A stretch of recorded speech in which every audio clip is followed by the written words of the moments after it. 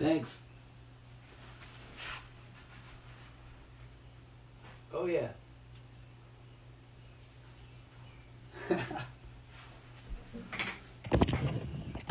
Hold on. My neighbors are asking for an encore. Hold on. Yeah. But I'm going to play my neighbors a song. Watch this.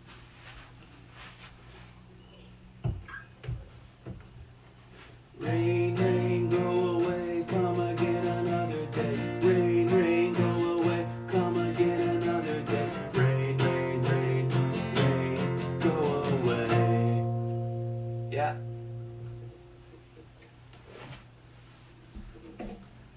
I think the other one was better.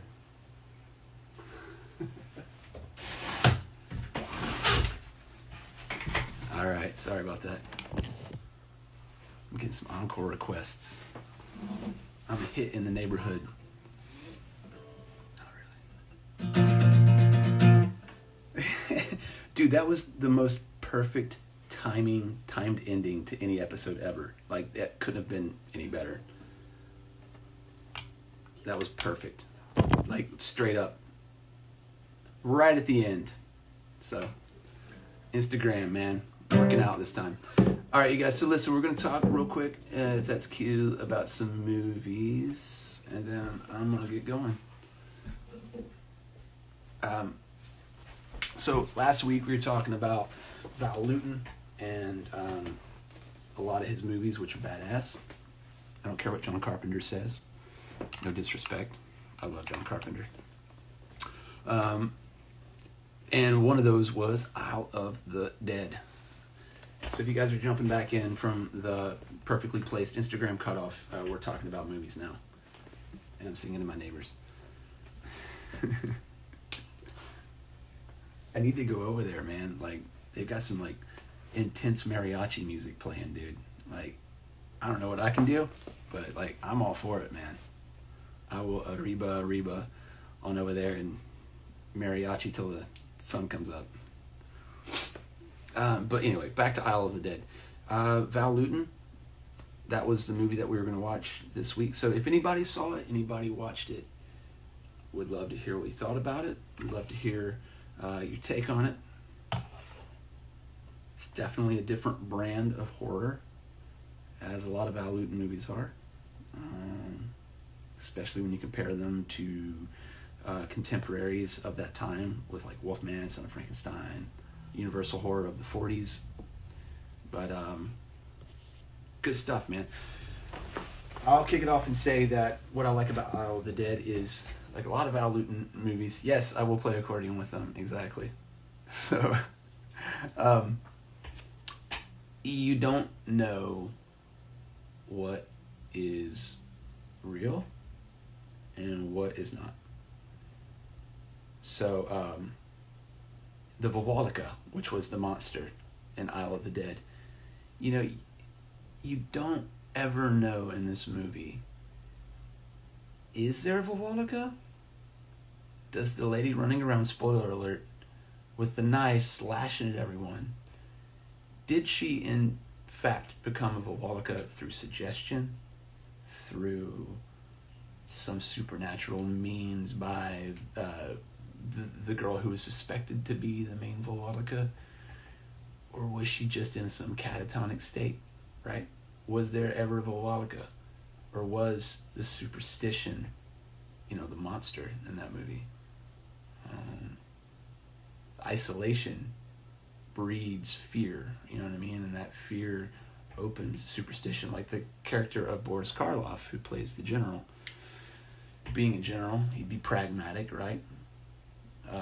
That would be his nature. But you see, once he's isolated on this island and there are all these events unfolding, that his rearing in these Greek superstitions when he was a kid come back into play. And that's pretty powerful, man. You know, it goes to show, like, how people can be. You can grow up. You can, you know, lose all of your superstitions and your fears, but all it takes is a few,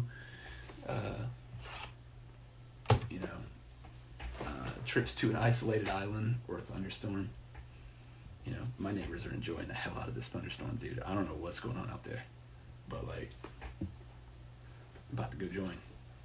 But Val Lewton, man, like that's what makes Isle of the Dead awesome, and that's why I love it. I have to be in a mood to watch Val Lewton. It's definitely, you got to be in this, a psychological horror mindset. You definitely got to be in your aristocratic vampire mode, going back to what we were saying earlier. I'm more, into stuff like The Wolfman and House Frankenstein when I'm in my Lost Boys mode. It's all, it's just wherever you're at. But if you're sitting down to watch these movies and you're expecting to be like shocked, it's not gonna happen. But it's just cool because you got M. Night Shyamalan, you got a lot of people who more contemporaries or contemporarily used the twist ending or the shock ending to their favor. But it's nice to see it done so eloquently back in the 40s. So thoughts on the movie Coraline? I love Coraline, man. That movie is pure magic to me. Straight up. I went to that movie. I don't want to say I was kicking and screaming, but I was definitely dragging and mumbling. Because I didn't know it was Neil Gaiman. Had I probably would have been a little more open-minded. And it wasn't even so much the movie. I just don't think I wanted to go to the movies, but I did. And I remember sitting down and putting on my glasses, and the very opening scene where you see the needle, and it comes right to the screen, and boom, 3D. I was like, all right, you've captured my attention, shiny objects, 3D. But then the story started, and like I just love it. And what I think I love the most about Coraline, or there's a lot of things, but I like how you see the figures, like their hair and their clothes not necessarily moving in a flow-like manner, really reminiscent of King Kong. When you watch King Kong, you can see like all the fingerprints on his fur, man. Every time they would like move him and click the button and move him again, like that would leave impressions in his fur. So that's why when you watch King Kong, his fur is moving all the time.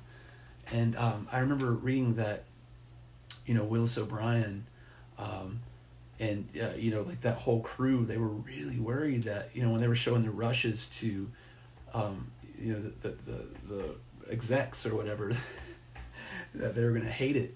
But they said that the execs were like, "Oh, look at Kong bristle, he's mad." So they thought they did it on purpose, and they were like, "Yeah, totally, man. Look at him, he's mad." And I saw that in Coraline.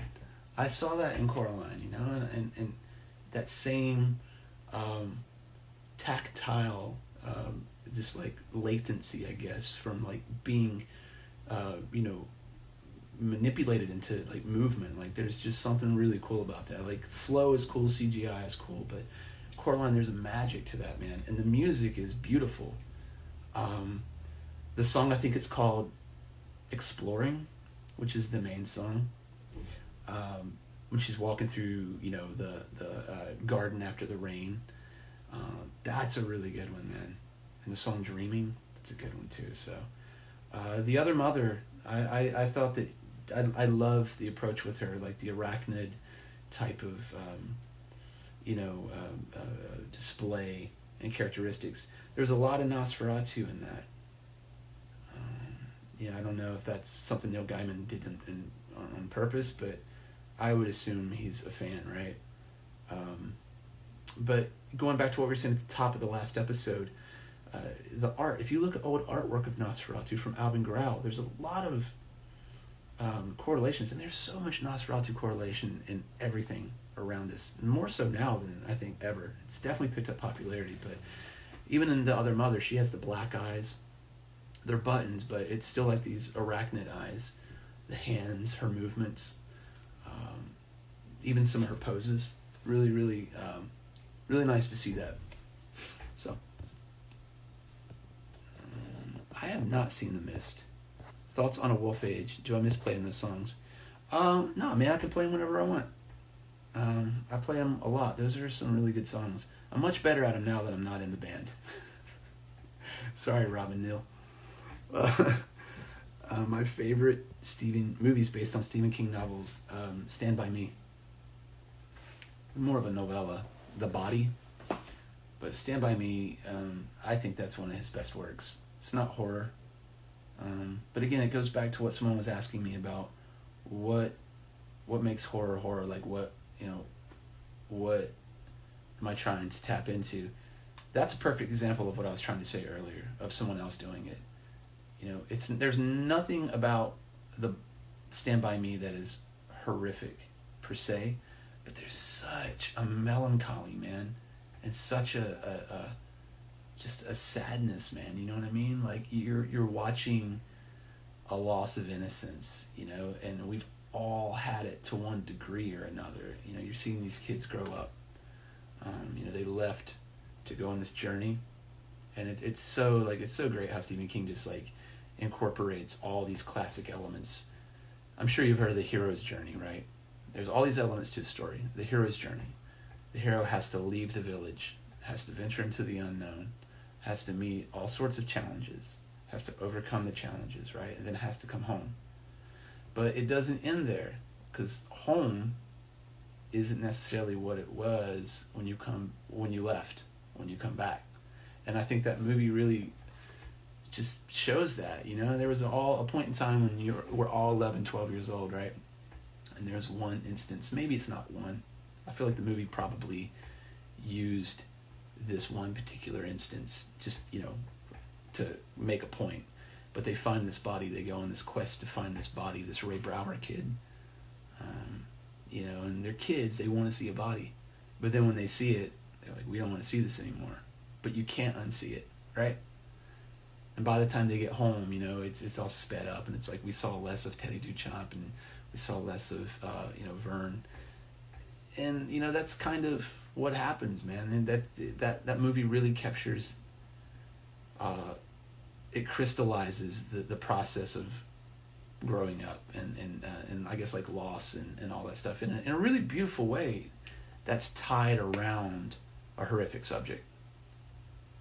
So I think that's why Stand By Me is like my favorite Stephen King offering. But as far as like a movie remake or adaptation, the movie's really, really bad now. Like I look back on it and I hate to say it, that it's so bad. But sometimes they come back. I really, really liked that. When it first came out, I remember renting it from, the movie store. And I loved Sometimes They Come Back because, again, there's that's what's so great about Stephen King is he has such a great way of personifying, psychological, not just issues, but stages of just being like things that everyone goes through, like unresolved fears, unresolved, vendettas with people or places. And that's in all of his stuff, right? But Sometimes They Come Back is great, man. Like the Killer Greasers and all that shit. And it's really interesting too, just to see how, you're looking at these greasers as monsters, but there's people like that. Do you know what I'm saying? And I think that's what's great about Stephen King, again, is, it's not always monsters. They may be representative monsters, but, all the greasers in Stand By Me, or not Stand By Me, but Sometimes They Come Back could be... I'm ranting. I'm sorry I'm rambling. I'm trying to find a good way to put this succinctly. There are people in the world that can't change. You know what I mean? And their old ways of thinking are dangerous, not only to themselves but to other people. And that's what I got out of that movie. Do you know what I mean? And you have to overcome old ways of thinking to progress in the world, and you have to overcome these demons. You know what I mean? And that could be on a personal level or on a society level, like what we need to do right now in the world. You know what I mean? Like more than ever. But yeah, man, Stephen King is fucking great, dude. Can I help someone be the coolest father ever and wish happy 15th birthday? Absolutely. Who am I wishing happy birthday to? Drop me a name, please. I will happily wish them a happy birthday. Ever thought about writing? I thought on writing stuff. Yeah, man. I've got some screenplays that are stories and some stories that should be screenplays. A lot of stuff, man. You know, like it's just all about, finding the right avenue and time to make it all happen. So if you guys want a book, I'll write a book. I always wanted to write a book on horror movies and stuff that we're talking about now in a more succinct way. Not just me grabbing ideas out of the sky and cramming them into Instagram Live while you guys try desperately to hold on to what I'm saying. I'm sorry. Yeah, but anyway, man, hold on. Somebody licked the bottom of my boot. Me and my friend came out. Oh my God, I remember that, dude. Was that your friend? Dude, that made me so uncomfortable. I'm not gonna lie. I was up on my mic stand and I had my shoe up, right? And homeboy came by and licked the bottom of my shoe. And bro, you gotta realize, like, that's like the third to fourth week of that tour. There were many, many dirty stages that we stood on. And here I am, singing on my mic stand, perched up, have my leg out like this. Dude walks up, licks the bottom of my boot. I didn't even know what to do. Like, thank you, but at the same time, like, don't. For your own good, man, don't do that. Believe me, I've been in some dirty, dirty places, dude. Some dirty stages. You don't want to stand. You don't want that. Misery's good. That's a good one, man. Yeah, Misery's one of those that I feel like is probably better as a book. Someone says, "Wow." I guess you're talking about 1476. Wow. I mean, yeah, man. I love those songs, so I still play them, just not in the band. I love a book. Yeah, I wasn't uncomfortable with the bootlicking. I was just taken aback, man. Like that's the ultimate. Like that's so nice. Thank you. Like that's you want to thank someone, but at the same time you want to be like, are you okay? If I wish I had a picture of those shoes too, man. Like that dude wasn't licking just boot. That was electrical tape, duct tape, probably some of my sock in there. So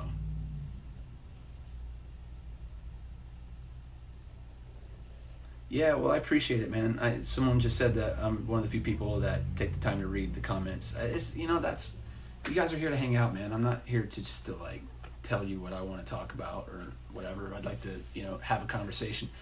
It's hard, right? Because there's one of me, and right now it looks like we got 42 people in. That's pretty good, right? So I'm just trying. So choo, choo, choo. Hang on.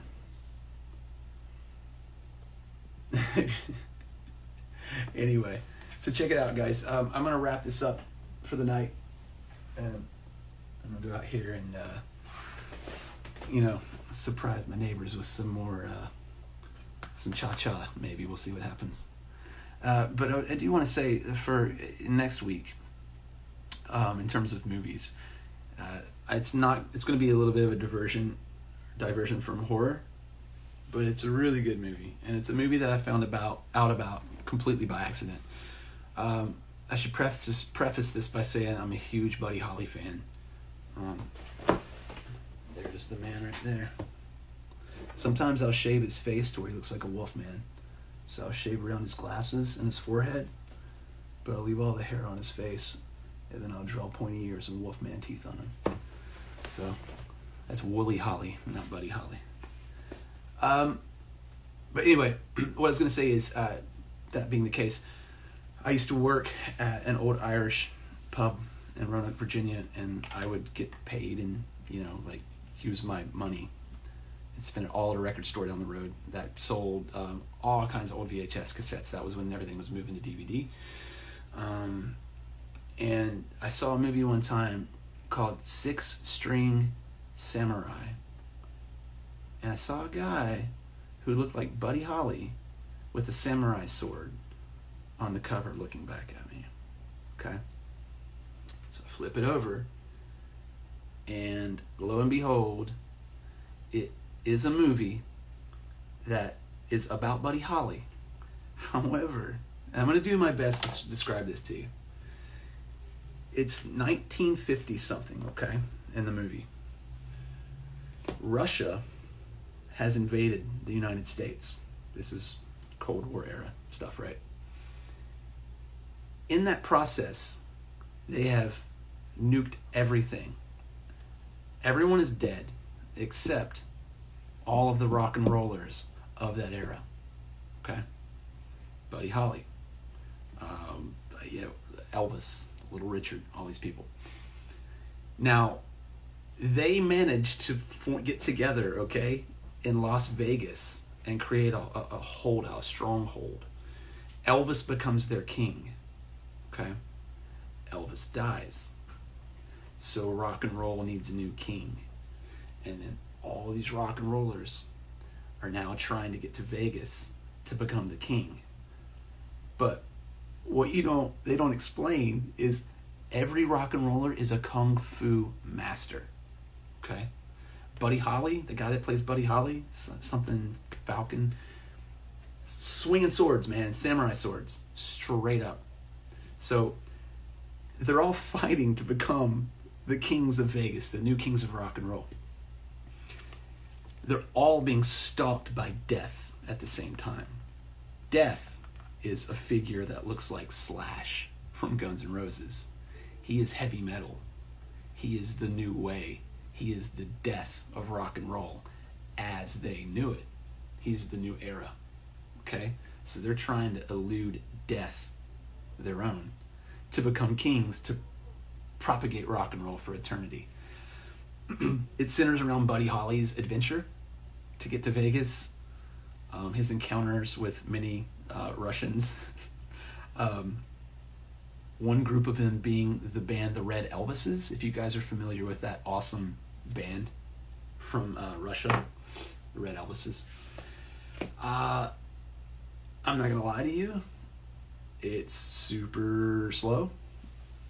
There are times when you're watching it where you're going to be like, alright, that kind of missed the mark. But when that movie is on point, it is on point. When the swords are swinging and clanging and Buddy Holly is being a samurai, it couldn't get any better than what it sounds like. So it is literally the Buddy Holly story meets Mad Max meets Crouching Tiger, Hidden Dragon. And these are real kung fu artists. This isn't like it's some real shit. So check it out.